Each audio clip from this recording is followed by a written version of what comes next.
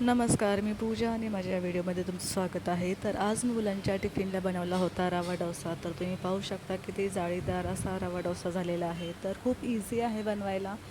जसं आपण बॅटर तर तुम्ही पाहू शकता, तो असं वाटत असेल की राईस फ्लॉवरचा असेल, पण नाही आहे. हे रव्याचं बॅटर आहे आणि बनवायला खूप इझी आहे. त्यासाठी जास्त साहित्य लागत नाही. त्यासाठी फक्त रवा, ताक, चवीनुसार मीठ आणि बाकी साहित्य जर तुम्हाला तुमच्या आवडीप्रमाणे टाकायचं असेल तर ते ऑप्शनल आहे. बट ह्या 3 गोष्टी मॅन्डेटरी आहेत. तर इथे मी रव्यामध्ये ताकामध्ये रवा भिजवलेला आहे आणि तो 4 ते 5 तास भिजवलेला आहे. त्यामुळे हे बॅटर एवढं कन्सिस्टंट आणि छान असं बनलेलं आहे. तर 4 ते 5 ते ठेवलेलं होतं मी. माझ्याकडे वेळ होता म्हणून मी ठेवलं होतं, पण तुम्ही 10 ते 15 मिनटं पण ठेवून रवा डोसा बनवू शकता.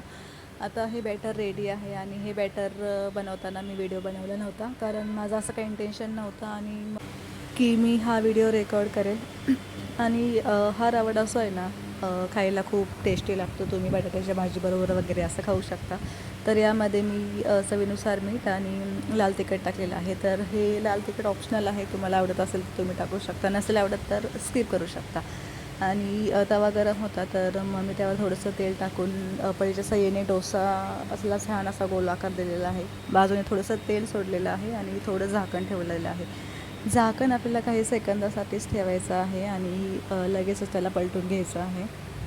आणि तुम्ही पाहू शकता आपला रवा डोसा किती छान असा बनलेला आहे. तर मी हा रवा डोसा प्लेनच बनवलेला आहे आणि काहीमध्ये चीज टाकून बनवलेला आहे, काहीमध्ये पनीर चीज मीठ टाकून बनवलेलं आहे. तर प्लेन माझ्या मुलासाठी, चीज टाकून माझ्या मुलीला आवडतं म्हणून चीज टाकून बनवलेलं आहे. आणि तुम्ही यामध्ये बटाटा पण फिल करू शकता, स्टफिंग किंवा असं पण खाऊ शकता.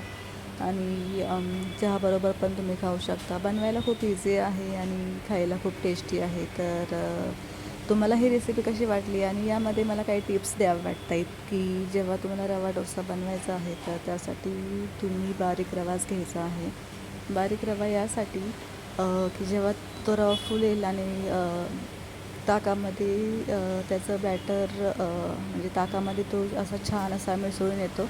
मोठा रवा छान असा मिसळला जात नाही. आणि जर तुमच्याकडे मोठा रवा असेल तर तुम्ही मिक्सरमध्ये बारीक काढून त्याला ताकामध्ये भिजवायचं आहे आणि आंबट ताकच घ्यायचं आहे, म्हणजे डोसा खायला छान लागतो आंबट असा. आणि 4 ते 5 तास ठेवायचं आहे. पण तुम्हाला ही रेसिपी माझी कशी वाटली, आवडली असेल तर माझ्या चॅनल सबस्क्राईब करा. तुम्ही नवीन असाल तर चॅनल सबस्क्राईब करा आणि तुम्ही नवीन असाल तर मला थोडक्यात माहिती द्यायची आहे. तर हे माझे व्हिडिओ माझ्या रेसिपीबद्दल, माझे थॉट, माझी पर्सनल लाईफ याबद्दल राहतील. तर please subscribe to my channel and do like, share, comment आणि हसत राहा, हसवत राहा.